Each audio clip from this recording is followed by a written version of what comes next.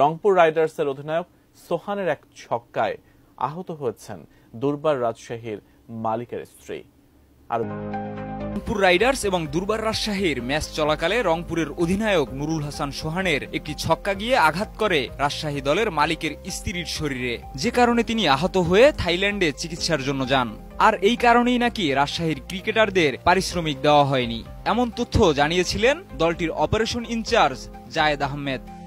গতকাল বুধবার জানা যায় যে দুর্বার রাজশাহীর ক্রিকেটাররা পারিশ্রমিক না পাওয়ার কারণে অনুশীলন বর্জন করেছেন এবং হুমকি দিয়েছেন যে যদি বৃহস্পতিবারের মধ্যে পারিশ্রমিক না পান তবে শুক্রবারের ম্যাচ বয়কট করবেন।